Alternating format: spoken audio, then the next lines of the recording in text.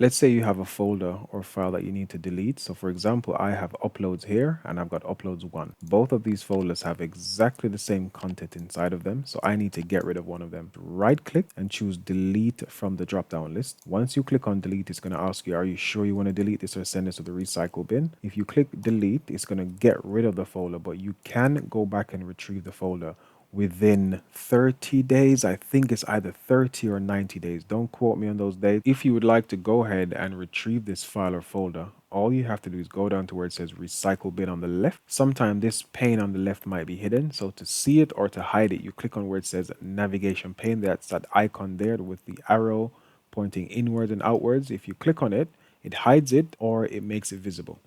If I want to restore the file or folder I just deleted, I can click on the bubble next to it to highlight it, or I can right click on it and choose restore. If I click on the bubble next to it, restore is going to be at the top, or I can permanently delete it by clicking delete. So if I wanted to restore this, I can simply click restore. If I go back to the my file section now, I should see my folder there again. So that's how you delete a file or folder, and that's how you also restore a file or folder.